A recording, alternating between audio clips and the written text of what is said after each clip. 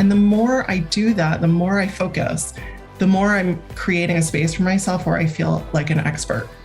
And that feels really good, but it's also genuine. You know, I feel like I can own that now. Like, I am an expert in my field and people hire me for that expertise. And that's what I wanted when I started the business.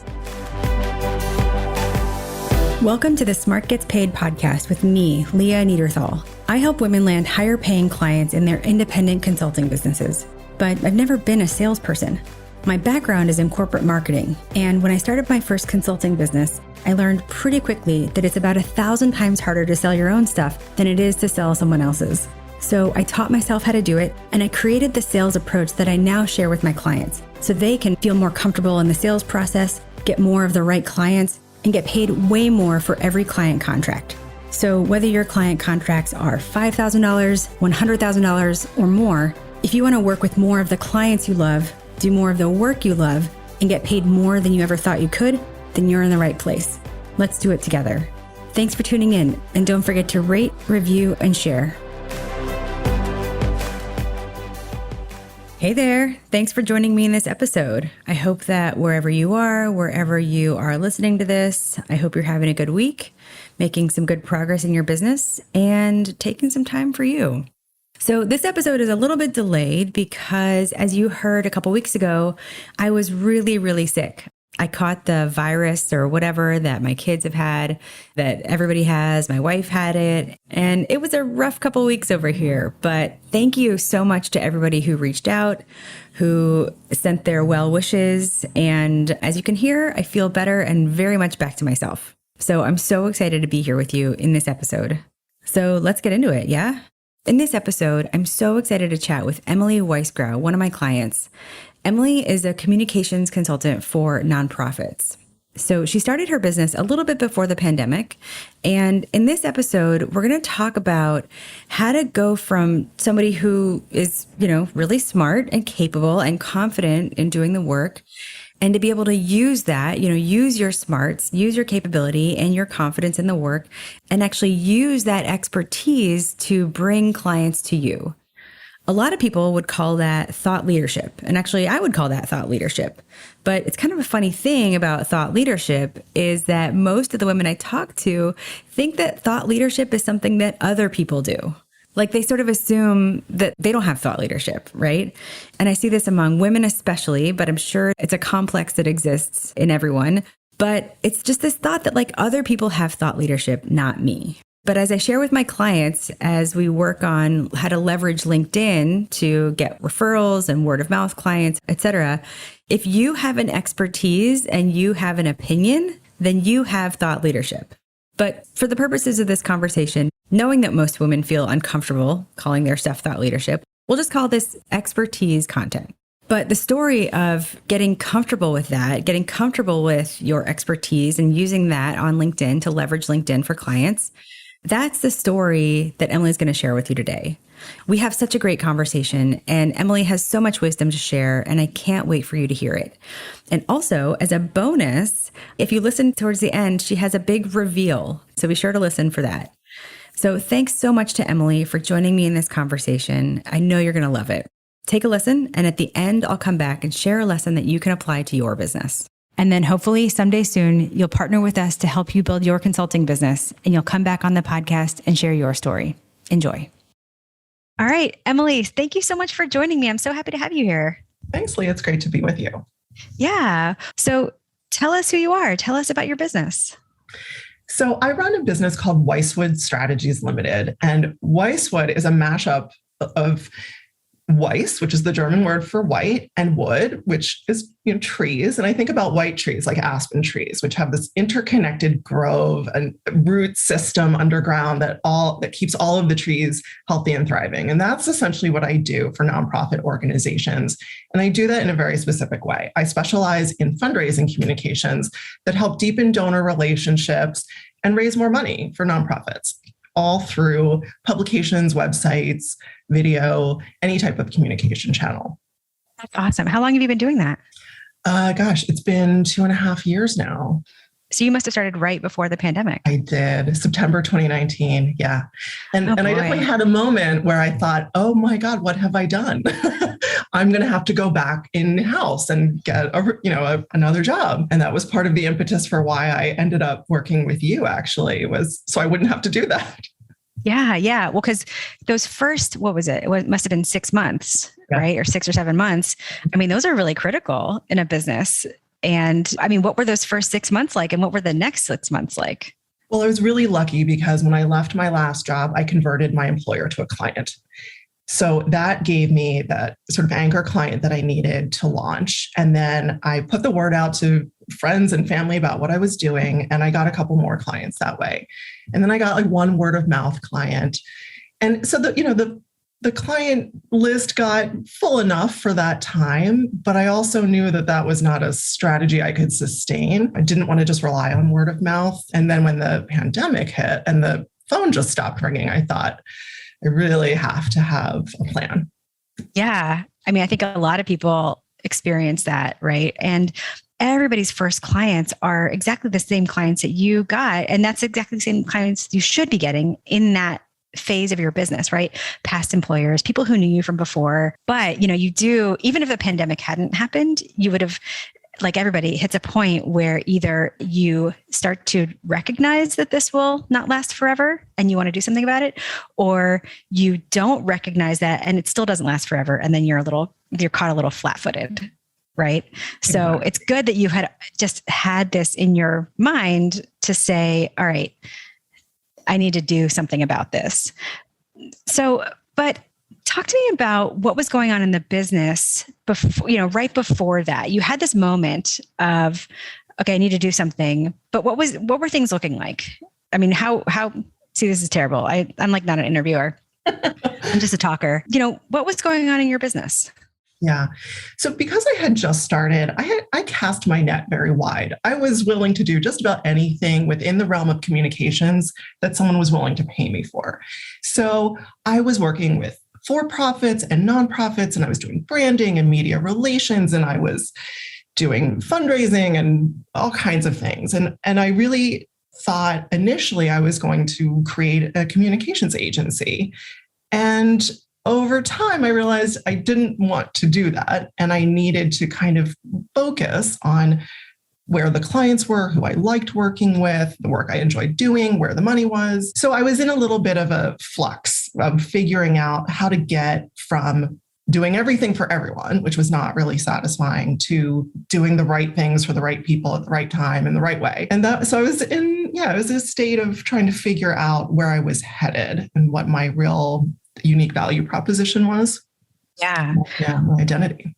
Was there anything that it was easy for you to cut, right? Like, I don't want to do this anymore. I have done it. I can do it. But like anything that was like, all right, I'm done with that. Yeah. So I think anything related to branding, I really like branding work, but there's so many people that do branding. I just felt like I didn't have anything special to offer in that area. Media relations, I also didn't. Most of the stuff for-profits started to feel like it wasn't my lane. I had spent my whole career in the nonprofit sector. My husband started a law firm about a year before I started my business. So I was doing some work for his firm in marketing. And that was fun because we could work together. But I realized I didn't really want to just do it for anybody. And that the nonprofit world was really my comfort zone. It's where my connections were. I had studied nonprofit management in graduate school. Why I thought I could do more than that, I don't know. It just didn't really work for me. Yeah, but that's, again, it's like in those first several months, like do all the things. I think that a lot of people, I think it's easy to go in starting your business feeling like you should do one thing or one service, but when you have your own business, you never know what might surprise you, right? Or what you really gravitate towards. But on the other side, I think it's really helpful to do all the things because you can really clearly say, listen to yourself, listen to your heart or your body or whatever, and be like, nope, this is not it. I remember when I first started my consulting business and, working with small businesses, I was like, I think after my third CRM implementation, I was like, nope, I'm done with that. I have done it. I can do it, but like somebody else is better at it. I don't need to be doing this. So when you had identified, okay, the nonprofit world is really where your heart is, what was your next step? Well, I did what I tend to do, which is research. I love to do research. So I thought, well, I have this problem. I need to figure it out. What am I going to do? I want to have more clients. I want to have bigger, more prestigious clients. I want to create a name for myself in this field in a way that I hadn't, working in-house. And, I had all these grand aspirations. I'm a high achiever and I just, I wanted to like win at everything. Yeah. I mean, I know you're pretty much work exclusively with high achievers. So right. The high achiever, high researcher in me sees the high achiever, high researcher in you. Can we just pause for a sec? Because I think you mentioned something that I think is worth highlighting. You wanted to make a name for yourself in a way that you hadn't when you worked in-house. Can you speak to that a little bit? Because that's something that I see quite a bit with the women I work with. Talk to me about what that was like. Yeah. I mean, I think I knew that I knew my stuff pretty well. I'd been working at that point for almost 25 years. I was at the top of my game when I left my last job. There was really nowhere for me to go and remain a specialist in development communications. I could have gone to like a VP of communications level, but that would have been a generalist role. And I didn't want to do that. And I didn't want to manage a whole team. But I wanted to keep doing what I was really good at and do it for, clients that I loved. And I thought maybe I'll write a book. Maybe I can go on the speaking circuit. I just knew that I had something to share with the world, or the nonprofit world at least. And I wanted, a little bit of recognition for it in a way that I think when you work in-house, you don't always get, just because of the nature of the way organizations work and teams work. But once I was my own boss and my own business, I thought, I can actually use this to my advantage. Yeah. Was that a natural thing for you? I speak to a lot of women who come from corporate, who, do what we all do, which is we work really hard, we put our heads down, we get promoted, and, we're sort of recognized for the work that we do. And then they find it difficult when they start their business to, they might have the realization that you have, like, I have something to say, I probably should and could put it out there and be seen for this, but it feels very uncomfortable. So for you, is this something that felt natural to you, or was it a little bit of like let's call it a growth experience?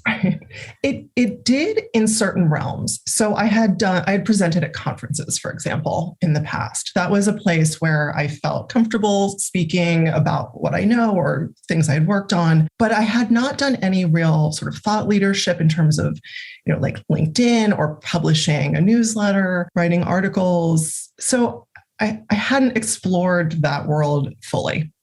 And I thought there was opportunity there. Isn't it crazy though? Like, I'm just observing, somebody who you'd been in the business for 25 years, you had achieved the highest level you could and still remained, in your unique lane of expertise. You had spoken on stage, right? Virtual or in real life stage. And yet I just heard you say, I'd never really done thought leadership. Isn't that bizarre? Yeah. I mean, I'm observing it like, cause I hear it from, it's definitely a thought that I've had in my life, but also I hear it from a lot of women. Like, what is that about where thought leadership belongs to other people? I don't know. Does that resonate with you? It does. And then at some point I thought, well, why shouldn't it be me? Like, I actually know what I'm doing. I have something to say. I have a really unique perspective about it. And what do I have to lose? Yeah. All right. So you're in the first 6 months of your business, you're hitting a pandemic, even though you had some clients, right? You had also sort of come to this place where you're like, I have something to say. I can't not say it, or I know I need to say it. Let me just pause for a sec. Was there any sort of did you lose any clients? I'm just curious, like at the beginning of the pandemic? No, I didn't. You didn't? Oh, wow. That's great. Yeah. I think I actually got more clients as a result of the pandemic because organizations were in a hiring freeze. And they needed to look outside for. Interesting. So I actually lost a couple of clients after the pandemic slowed down because they started to hire staff again. Oh, interesting. That's fascinating. It's crazy. Like the hiring stuff is affecting people in so many ways. All right. So you had this sense that it was time to do something, right? How did you decide what you wanted that something to be? Well, I did my research and I started to, look for different opportunities of how to, business development opportunities, speaking opportunities. And I am a member of a group on Facebook called the Nonprofit Consultants Virtual Network, which is a wonderful resource. And your name kept popping up. And, really? Oh, that's cool. Yeah. And I was like, who is this person that I keep reading about? So I did my research on you, and to use your language, I was a lurker. So I started following you on LinkedIn, and I looked at your website, and I signed up for one of your webinars on how to use LinkedIn for business development. Because I always thought LinkedIn was a great social media platform that appealed to me, but I really knew that I didn't know how to use it properly. But I had a sense that it was a good place for me because it wasn't like the other platforms. And so everything just kind of clicked into place. And I liked everything that you had to say. And I appreciated, the transparency that you bring to the table. And, you're just like, this is who I am. You can work with me or not. And it was just very refreshing. And everything you were saying about how to get clients in a way that's not about sales in a traditional sense spoke to this notion of thought leadership and how to present yourself in a way that just feels comfortable. So you were lurking. Yeah. Wait, I'm sorry. What were you saying? Oh, no, I knew I had to make some kind of investment in myself at this point, that it wasn't just going to be like reading all the books, which you did that for all of us. Yeah, but it takes a long ass time. It took me like 4 years. So I just thought, okay, I think I feel comfortable enough to spend the money on this, and I'm going to learn it, and I'm going to do the work. And I took Pack Your Pipeline as an accelerator class in June of 2020. Yeah, right in the early days of the pandemic. And it did a lot for me, Leah. A lot. Yeah. Well, let's talk about that.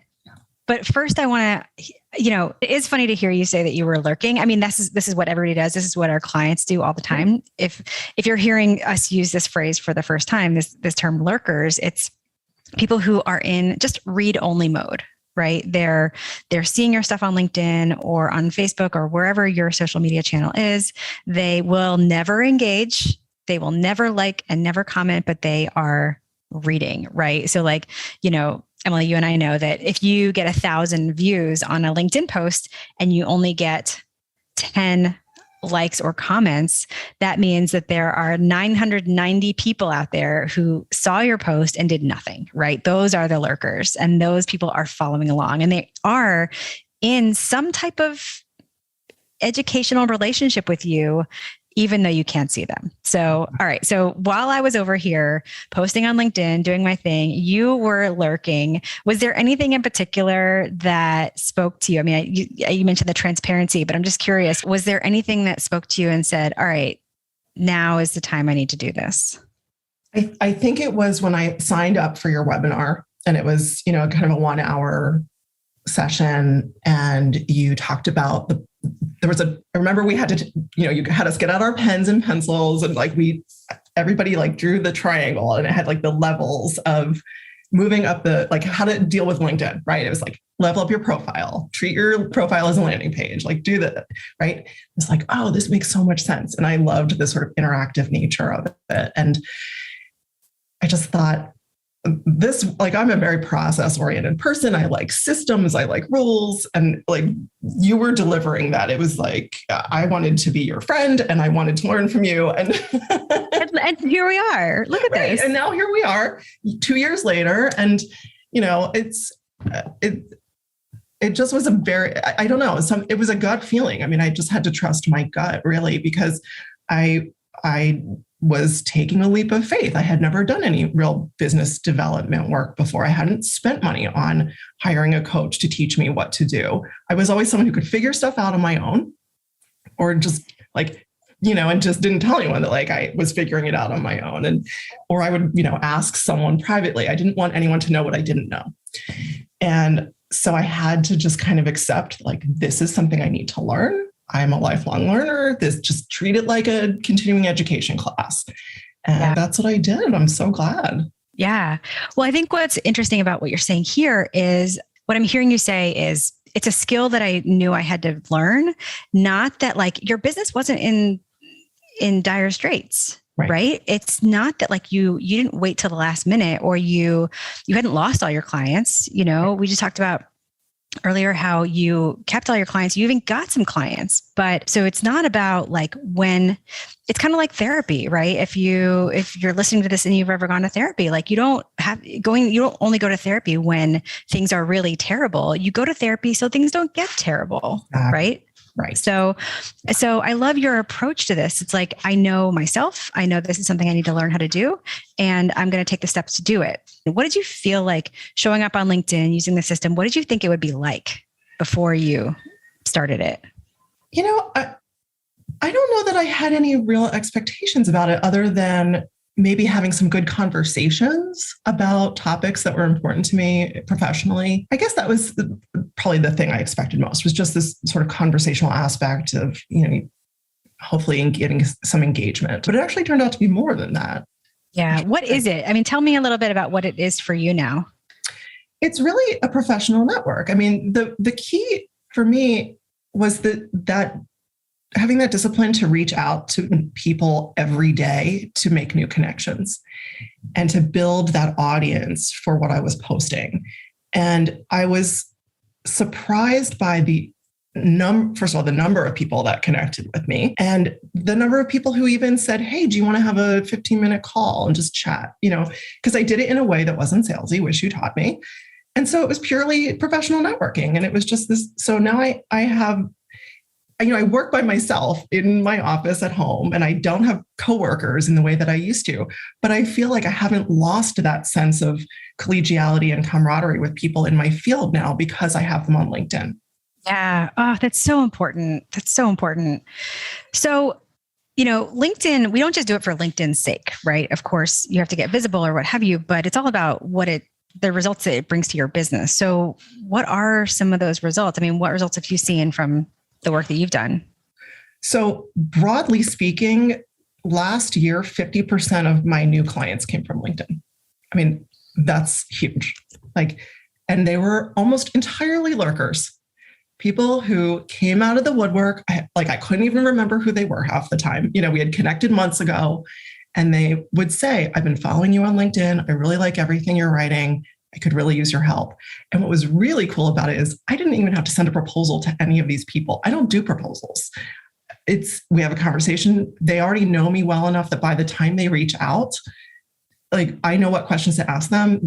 They're asking me some, and, hopefully we can close that deal pretty quickly. So it was just this remarkable thing. I kept saying to my husband, I was like, it works. I'm so glad I took back your pipeline. It actually works. It was just this constant delight every time I would get contacted by, prospective client. And it was just, it also built my confidence because I realized that I could do this, that I was meeting the right people, that I was saying the right things. So it was incredibly fun. And just, it made me feel like I had really leveled up my whole game. Yeah. Oh, that's awesome. Let's just dive into a couple of those. So 50% of people coming from LinkedIn, that's just net new people from within LinkedIn. Mm-hmm. But, some of the things we hear, and I don't know if you heard this as well, is the people who didn't necessarily find you on LinkedIn absolutely had LinkedIn as part of their research process, right? You and I aren't the only ones that go through extensive research, of course. But no, I mean, that every client goes through an education process, and, you can bet that LinkedIn was part of that. Did anybody refer to that at all? Yeah. And, I'll just pivot for a second. The other thing that was really helpful is that it wasn't just LinkedIn, it was the whole sales process. So lead magnets, sending out emails, so all of those helped to get eyeballs on my LinkedIn page or on my website. But I see it all integrated because it is all connected. You can't just reach out to people on LinkedIn. You can't just post stuff. You can't just do one of these things. It all it's a holistic process, and everything needs to work smoothly together. So whether it was someone responding to an email I sent out or they stumbled upon my website, yes, everyone ended up on LinkedIn and read my posts. And it just gave me a lot of credibility. Yeah. I love how you're saying that, by the time they got on the phone with you, the sale, unbeknownst to you, was pretty far along. Yeah. Right. Because they've been following along. We talk about that as it turns you into the obvious choice.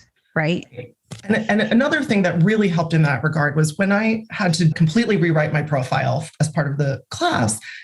At that point, I was still kind of trying to be all things to all people. I was doing for-profit, nonprofit.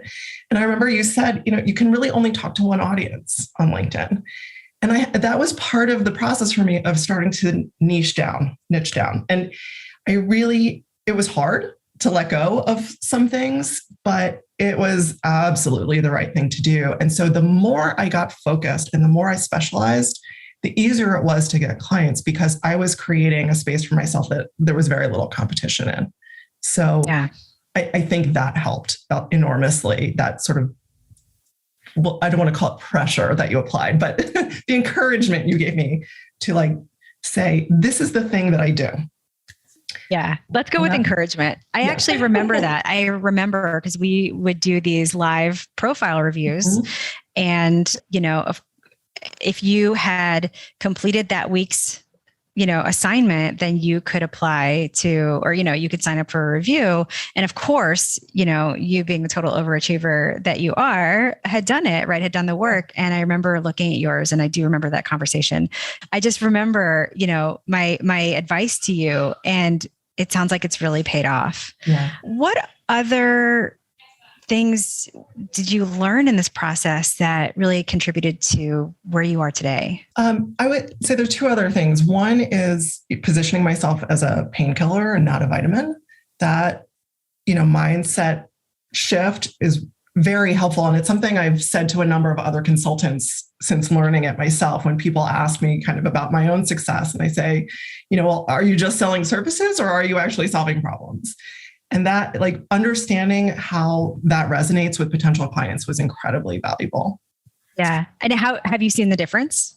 Oh, yeah. Yeah. I mean, I've reframed my website to talk about, that kind of stuff. And I list in my LinkedIn profile and on my website, maybe you're experiencing this thing, or maybe you've faced this challenge. I understand the problems because I've been in my clients' shoes. I was a fundraiser myself for many years. And so but being able to say to them, I see you, I know what you're going through. Here's how I can actually help is, it creates a compassionate space, I think, where, you're not just selling a thing, you're saying let's work on this together to make it better. Yes, exactly. Yes. What else? What's sort of stuck with you the most and helped you get to where you are today? I think learning how to say no to projects and clients that aren't right for me has been very helpful. In addition to being a researcher and a high achiever, we're pleasers, right? I'll speak for myself, I guess. I'm a pleaser. So it's hard to say no. And you guys can't hear this, but I'm also sitting here smiling. So, I'm with you on this. Yeah. And so to actually turn work down that didn't feel like a good fit, took some practice, but ultimately now I'm much more confident at it because I made the mistake the hard way. I learned it the hard way, where I was taking clients and projects that I didn't think were great fits for me, but I felt like I should. And so I did. And then I would end up really either overworked, stressed out, annoyed at the client. And I just thought, I don't actually need to do this to myself. I'm not starving for work. I am making enough money to have some free time. And, I just needed to have some work-life balance. And I had to make some hard choices, but it became very clarifying once I had said said yes to the wrong people, that I needed to say no to them in the future. The harder part is saying no to things I actually do want to do. And the struggle that I have most these days is about growth because the work is coming in. I know how to do business development now, thanks to you, but I don't really want to create an empire. I don't want to have a staff that I'm responsible for. I just like doing the work. And I think people hire me. So now I'm at a point where I actually have to say no sometimes, even though I would like to say yes, just because I don't have the time, or I have to say yes, but I can't for 6 months. And then sometimes they go find someone else because they can't wait. So that's, sort of disappointing sometimes, but I haven't come up with a better solution. Yeah. Well, you really upgraded your problems. Yeah, exactly. Right. Good problems to have. Yeah. Well, and of course, this is where we think about charging more, increasing your profitability, decreasing the hours spent, all of that stuff, right? But you have to get to a place where you can do that, right? And I think what's interesting about, you're talking about turning work down. To turn work down, you have to have work coming to you, So turning work down is a huge step. How did you feel like you could say no? I mean, there are people who say yes all the time to work that they know is not the right work that they want to be doing, or the right client, or they can't pay enough, or whatever, but it's still so hard to say no. So what allowed you to say no? I think because I had said yes to everything before, and I got to a point where I really was unhappy and stressed out, and I could not do that to myself for the long term.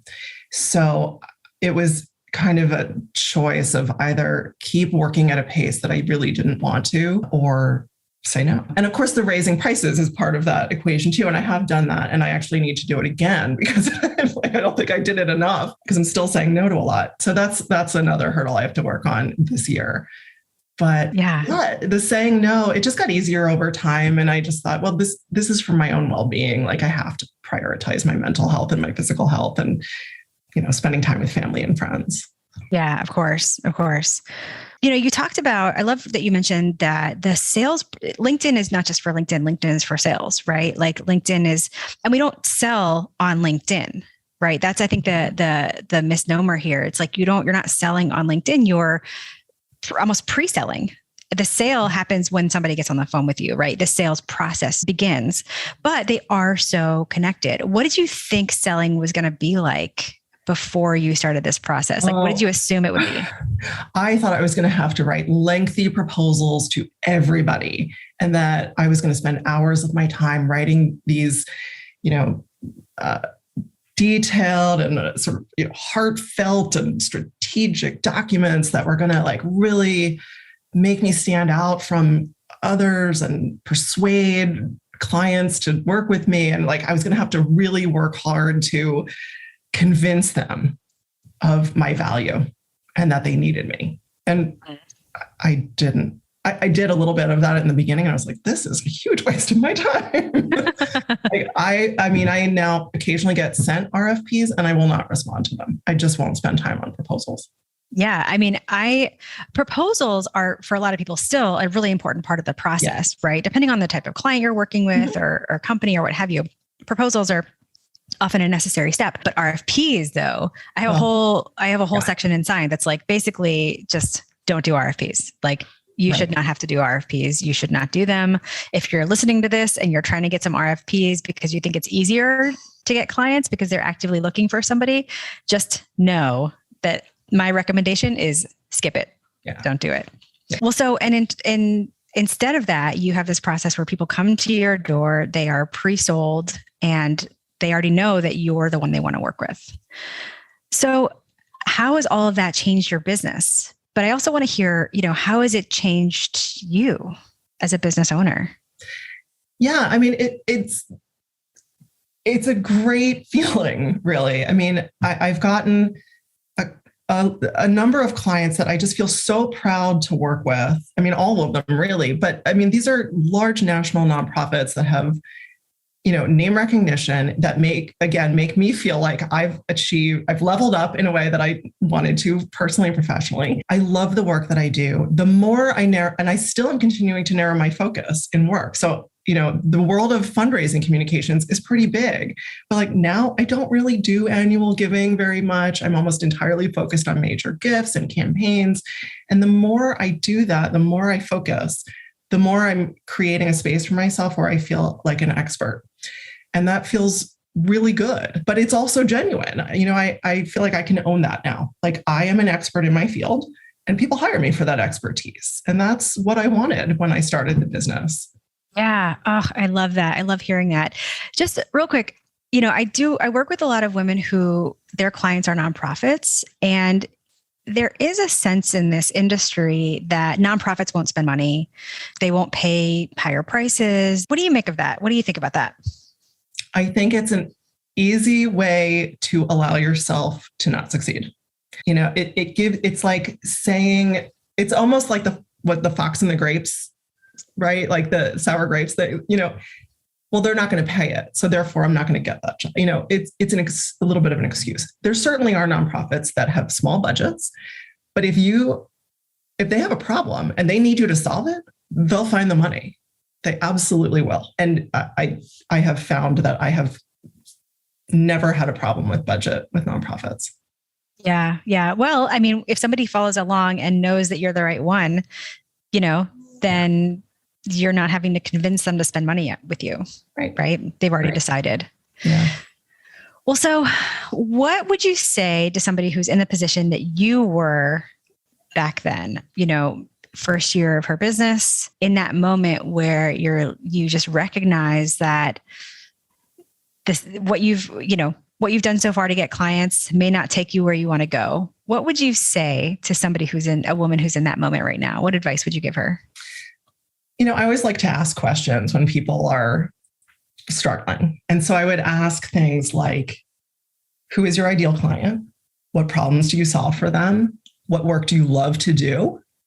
Do those things align with the other answers you just gave me? And if it doesn't feel like there's an alignment, then you need to figure out like how to go in, what your goals are and how to get there. And one of those ways might be working with someone like you, or it might be reading some books. So everyone has to figure out what's right for them in terms of their business growth and how they're going to evolve. But I think asking some key questions is really important early on. But I also think giving yourself permission not to have all of the answers right away is important too, because when I started, I thought I was going to be one thing, and now 2.5 years later, I'm a different thing, and I'm much happier for it. But it was an evolution. I needed to give myself the time to let that play out.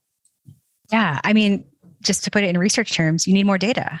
Right. Exactly. Right. You need more data. And I think that evolution of like what happens at the end of your first year, 18 months, where you start to, evaluate basically the answers to the questions that you just asked. Who do I want to work with? What value do I want to provide? How do I want to spend my time, et cetera? Like, what don't I want to do anymore? You need the people and the clients to bump that up against. Right. I love this. I don't know if you've ever read Grit, that book, Grit. It's excellent book. But, in the book Grit, the author talks about how you can't find your passion by thinking about it. You have to find your passion by going out and doing it, right? Mm-hmm. I think in the sales world, or in the, running your own consulting business world, you have to find your, what brings you joy in this business by going out and talking to clients, by working with clients. You can't figure it out just by sitting there and thinking about it. Exactly. That's exactly right. And I worked with startups for a while, and I realized I don't want to work with startups, and other consultants love working with startups. And, you have to you have to test, just like in marketing. You have to test your messages. You have to test what you like. Yeah. And it's not that, of course, because another thing we do is we beat ourselves up, right? I think a lot of people go through that process and they think, well, I must have done something wrong. I wasted all this time, working with startups, which I find that I didn't like, or I did this other thing, or I made this part of the website, or what have you. I think that, if you can see it as just data, then there's no judgment. Right. Mm-hmm. And I truly believe that nothing's wasted. No experience in running a consulting business is wasted. So I'm just curious. So what's the thing that you're proudest of? Oh, okay. Here's a good one. I don't know if this is the top one, but it comes to mind first. I did some work for the Jane Goodall Institute, and Jane herself read it and really liked it. I got feedback from my client who works, I didn't get to meet her personally, but the person in the communications office at JGI said, Jane really loved this. And that is high praise. So I love that. I love that. I hope that you have some way to capture these things. I always tell my clients to start like a nice things folder, just call it nice things. Yes, where I take screenshots of like, yeah. Okay, good. Yeah. I love that. Oh, that's how you know you are in the right place doing the right thing. Exactly. Well, so Emily, where can people find you? Where can they learn about you? Where can they work with you? So I encourage everyone to visit my website, weiswood.com. That's WEISWOOD. And of course, you can find me on LinkedIn. I'm not posting as frequently as I used to these days because I'm busy with my clients, but I am there from time to time, and I love meeting new people on LinkedIn. So I encourage everyone to connect. And that's it. I'm online on LinkedIn and on my website. I love it. Great. So we got to the end and I was sort of checking in with her to see how she thought it went. And then this happened. Awesome. Are you okay with that? Was there anything that you wanted to say that you didn't say? You know what? I don't know if this matters or not, but I was, one of your early podcast people from one of our calls, right? You didn't name me, but I was the one about the don't want to send you an email, right? You're telling me I don't know this, right? Remember me? Of course I remember that. I mean, do you want me to do a follow-up on Well, I didn't want to, it's funny. I didn't want to bring it up because I didn't hear you. I didn't hear you open it, open the door to that. But let's talk about that if you're up for it. I mean, I can out myself as the person who was in that podcast. So I was featured in one of your early podcasts. I'll out myself now. The podcast about, the fear of sending too much email to people. And I was so worried that, having gotten lots of salesy emails, in my old job, that I didn't want to be that person. And you encouraged me to send more email because people don't really read their email. And so if I send 4 a year, maybe 1 gets read. And I realized, oh yeah, it's the data, right? You got to work with the numbers. And so I actually increased my email to twice a month. And now, people give me compliments on my emails all the time. They write back to them and they say this was really thoughtful and here's what I think. And, it's part of that same conversation that I see on LinkedIn. And it also gives me more content for my blog on the website. And a lot of the stuff I put in those emails are just LinkedIn posts that I've expanded on. So it's all about repurposing your content. And it turned out that I don't send too much email, and maybe I could even still afford to send more. Yeah. Well, I think what we're talking about here is taking up space. I remember that was a big part of the conversation that we had is it okay to take up space in somebody else's inbox? And I see that as just a microcosm of taking up space in somebody else's world or somebody else's feed or somebody else's brain space. And when you do it in a way like you've done it with really thoughtful content that's, thought-provoking and educational and provides value, people might not read it, but they're certainly not going to be mad at you, right? And what's surprising is the number of people who actually do follow along. And it's part of that education process that people are going on that you may or may not even be able to see, right? But it is happening. Exactly. And if someone doesn't want to read it, they can click delete. And if they do, they will. So why not give them the opportunity? Exactly. Thank you for outing yourself. Awesome. Thank you so much for hanging out. Thanks for sharing your journey. And I'm excited to see where you take it. Thank you so much. It's just such a pleasure working with you. And I'm glad we stayed in touch. And thank you for everything. I loved that conversation. There's so much that we can talk about and expand on. But first, I want to thank Emily for kind of outing herself as the client that's featured in one of my early podcast episodes. You can go check that out. It's episode 8 called Am I Sending Too Much Email? So after this, go check out that episode if you haven't already listened to it. So as always, you guys always hear me say this, there are a lot of ways we can take this episode and a lot of lessons that I can pull out. And actually, I feel like if you go back and listen to it again, you'll probably hear a new lesson or a new theme emerge that might be different than what popped out for you the first time. So just reading my notes here. Themes that come out for me are going from doing everything for everyone to getting focused and profitable. Making a name for yourself in a way that you didn't or would never have in corporate. The fact that in an economic downturn, her business didn't suffer. It actually boomed because her clients weren't able to hire full-time staff. And we see that happening now across, all industries. Another theme just in my notes is this idea of saying no for your own well-being. So many women I talk to are saying yes to clients who aren't the right clients for them. Maybe they're too small. Maybe they require too much hand-holding and they're not getting paid for that level of, annoyance, hand-holding, whatever it is, right? There are a lot of reasons why people are saying yes to work when you can say no for your own well-being. But even though this episode is about, using your expertise or thought leadership or whatever to build your business, I want to sort of take it one step later. What happens after that? after clients either find you for your expertise content or they read it as part of their learning process when they're learning about you. So it's kind of the role isn't for lead gen, it's for nurturing. But what happens after that? Because nearly every woman I talk to, when I ask them, how do you want the sales process to feel? They say they want it to feel organic. They want it to feel natural. They want clients coming to them and they don't want to feel like they're convincing anyone or they have to convince anyone.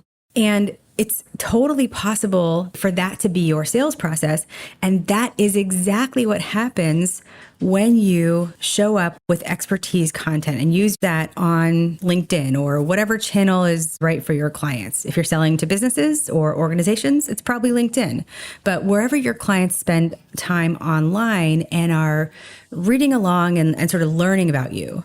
Because you heard Emily say that the people who read her stuff on LinkedIn, who start to follow along, they know her approach well enough and they know that she's capable so that by the time they come to her, you don't have to sell anything. It's not a matter of, should I work with you? It's how should I work with you? Because the clients are essentially pre-sold. And that's the real benefit of showing up consistently with expertise content so that the sales process becomes a lot easier, a lot more seamless, a lot more organic and natural, which is what we want. And especially when you look at it through the lens of where we are now, we're kind of in a similar place to where Emily was early in her business in an economic downturn. And I hear a lot of women using that as an excuse for why their potential clients aren't saying yes. And it's almost like this mindset of my business has to suffer right now because of this downturn, right? But the truth is that it's a great time for consultants for exactly the reason that Emily mentioned, because clients aren't adding headcount, right? They still need the same amount of help with fewer resources, and that's the kind of help that you can provide. But they're not just going to hire any service provider. They're going to hire the service provider where they know your approach. They know that you're capable. They've been reading along. They have been learning about you. They're going to hire people who they know your approach. They trust that you can do the work. You've given them something to follow along with you for, right? Like some type of educational expertise content that lets them start learning about you. That's how you take the theory, right, of like expertise content and bring it into the practice of today in the environment that we're all living in and using that to build your business. So if you've wanted to get corporate or business clients, or if you want to get bigger clients or a different type of client, then showing up with thought leadership, this is the marketing opportunity right now. This is the BizDev opportunity to show up with really great expertise content that nurtures and converts. So you heard Emily talk about the Pack Your Pipeline system that she used and the Signed system that we use to take leads and turn them into clients. And actually, both of those programs are retired as standalone programs. But the content and the systems that are part of that are part of my program called the Academy, along with tons of other new strategies and coaching to help you be successful use it. So even though those programs are retired as standalone programs, the systems that we share are available for you to plug into today. So the good news that Emily shared is that it's easier than you think to get started and be successful showing up like this so that you can get clients coming to you for your expertise.